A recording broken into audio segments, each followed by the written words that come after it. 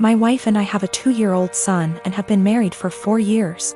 Our anniversary was a month ago and we found a nice, secluded cabin on Airbnb and rented it out for a long weekend getaway.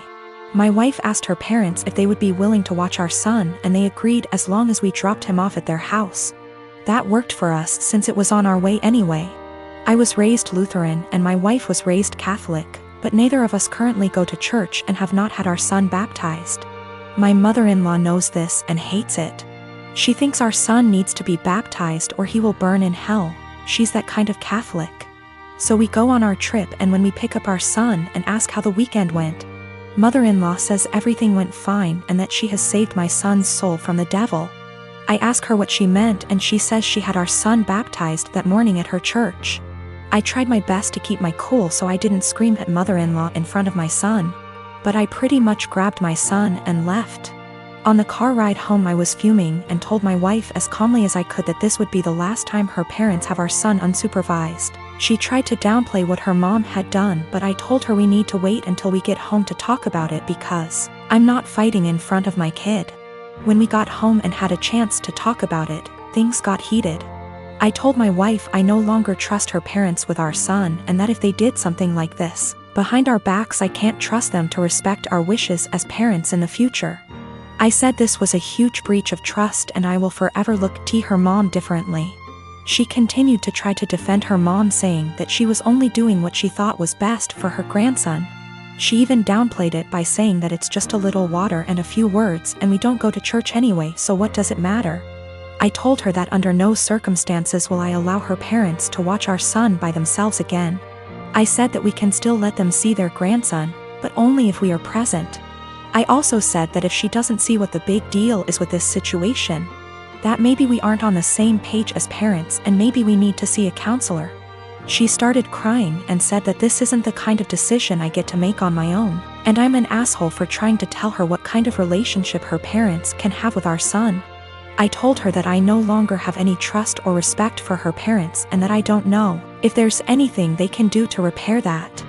I told her what her parents did was unforgivable in my eyes and they put themselves in this position to lose privileges with our son. She's been trying to convince me to change my mind for the last month, but I'm not budging. To me, this is a hill I'm willing to die on.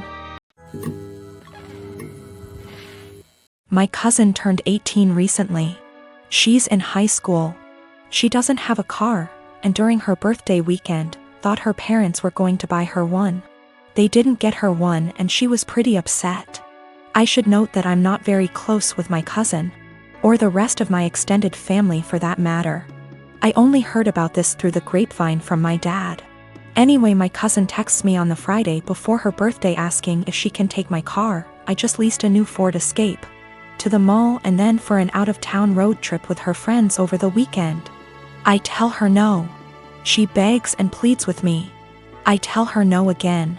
My car is for me to drive and for me only. If she wants her own car, she can save up and buy one. She calls me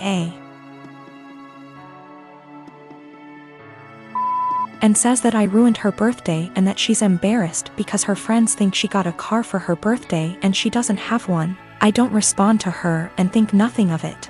The weekend comes and I sleep in very late on that Saturday, waking up at 1 p.m. Don't judge. Even though my car is parked in my driveway and my gate is closed, I come to realize that someone egged and TP'd my car.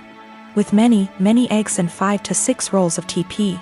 And since the weather was warm outside, the raw egg baked into my car, along with the dried up toilet paper, destroying the paint. Since I have security cameras around my house, I decide to go back and watch. At around 9:30ish that morning, I see my cousin and a bunch of her stupid friends vandalizing my car. I'm surprised she didn't smash the windows and poke holes in the tires too. I press charges and my cousin is in legal trouble.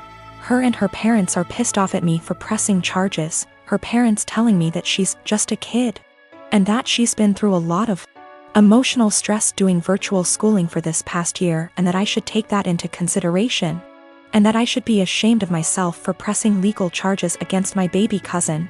That I'm almost 30 and don't I remember what I was like at that age? I do remember, and I wasn't stupid enough to egg anyone's car.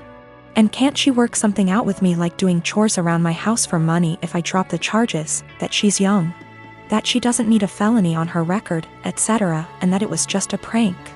Right after I pressed charges, my cousin was calling and texting me over and over saying that this could have been avoided had I let her take my car. I need to add that my cousin already has a felony on her record, a DUI. She's not remorseful of anything.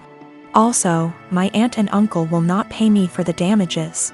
They just want me to drop the charges and pay for everything myself like nothing happened. 6 years ago, my son Matthew had a daughter with his now ex-wife Josie. I have always thought of Josie as my own daughter, so when they divorced 7 years ago due to my son cheating, I was conflicted and disappointed. Josie wasn't particularly close with any of her family, so my husband and I naturally took them in. Josie was an angel.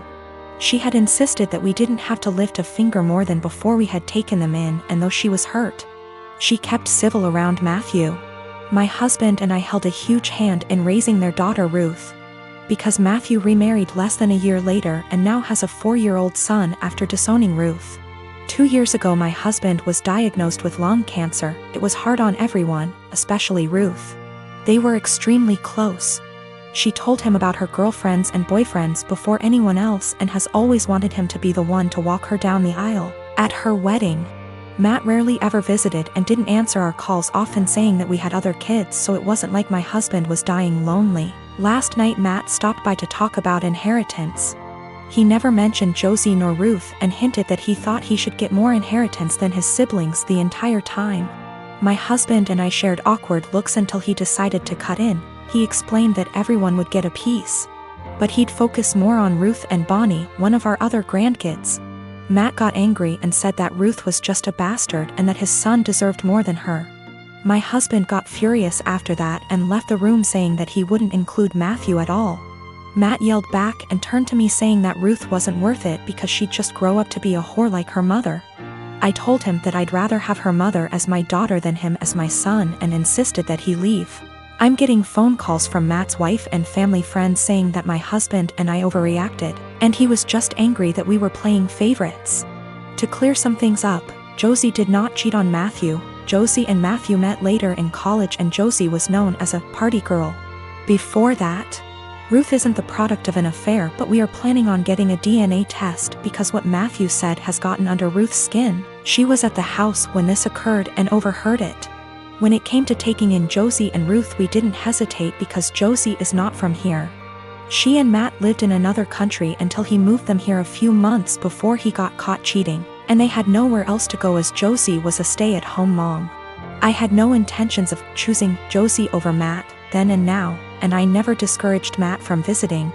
I tried to make it very clear that we weren't picking and choosing when we took Josie in. We just wanted her and our granddaughter to be safe and have a good home. My sister was set to marry a guy who was a complete douchebag. He seemed like a nice catch to any outsider. He was tall, handsome, very confident, a doctor. Basically the sort of guy any woman would swoon over. Unfortunately, he was a sociopathic, unrepentant narcissist, devoid of any empathy, who would take out his anger on anybody he felt beneath him and seemed to enjoy doing it. You know how basically they say, don't look at how your partner treats you, look at how he treats others. And that's how he'll eventually treat you. My sister didn't pick up on that. I picked up on it early. This guy was really mean. Would berate and insult people for the smallest thing and would lose his cool with anybody who looked at him the wrong way. He started doing it to me, and I told my sister early on, this guy's an asshole. She was like, nah, you two will eventually get along, you just got off on the wrong start. I told him I've seen him do that to other people, but she seemed to think, oh, but he's nice to me, I'm the special one. Maybe I can change him. Or I have no idea what she was thinking. After about 2 years together, when they were engaged, the cracks were evident. My parents loved him. His dad and my dad go way back.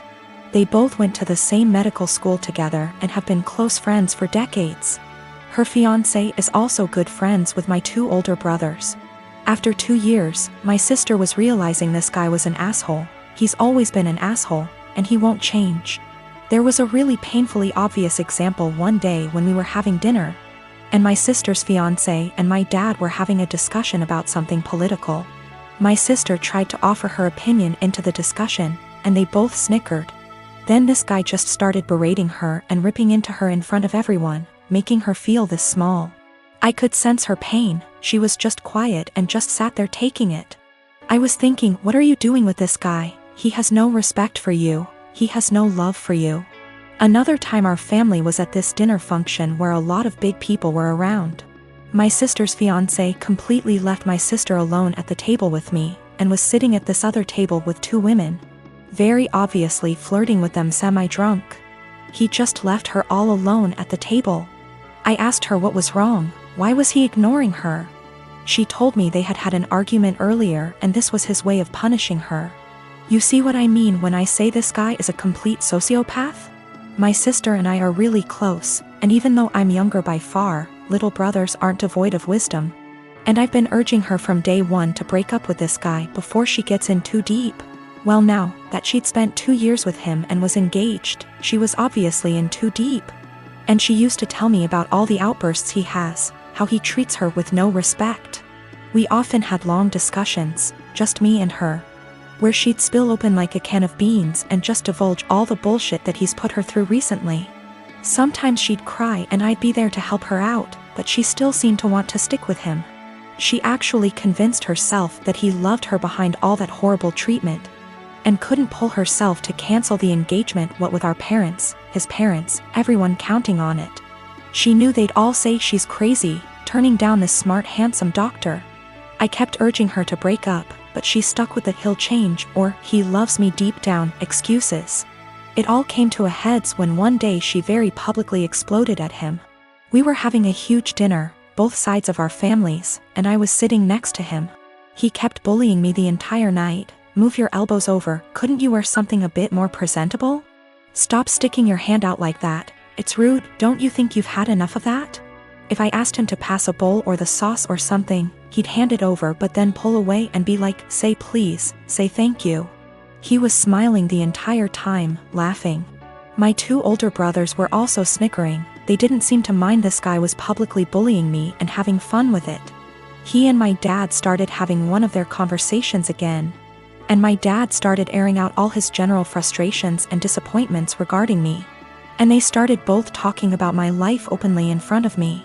Her fiancé then turned to me and started openly lecturing me, and when I tried to ignore him, "Hey, are you listening to me? What's the matter with you? Your dad never taught you any respect?" My sister just then basically exploded. She was sitting at the other side of the table, guessing she didn't want to be near him, but she was watching what was going on the entire time. My sister just then basically exploded. She was sitting at the other side of the table, guessing she didn't want to be near him, but she was watching what was going on the entire time.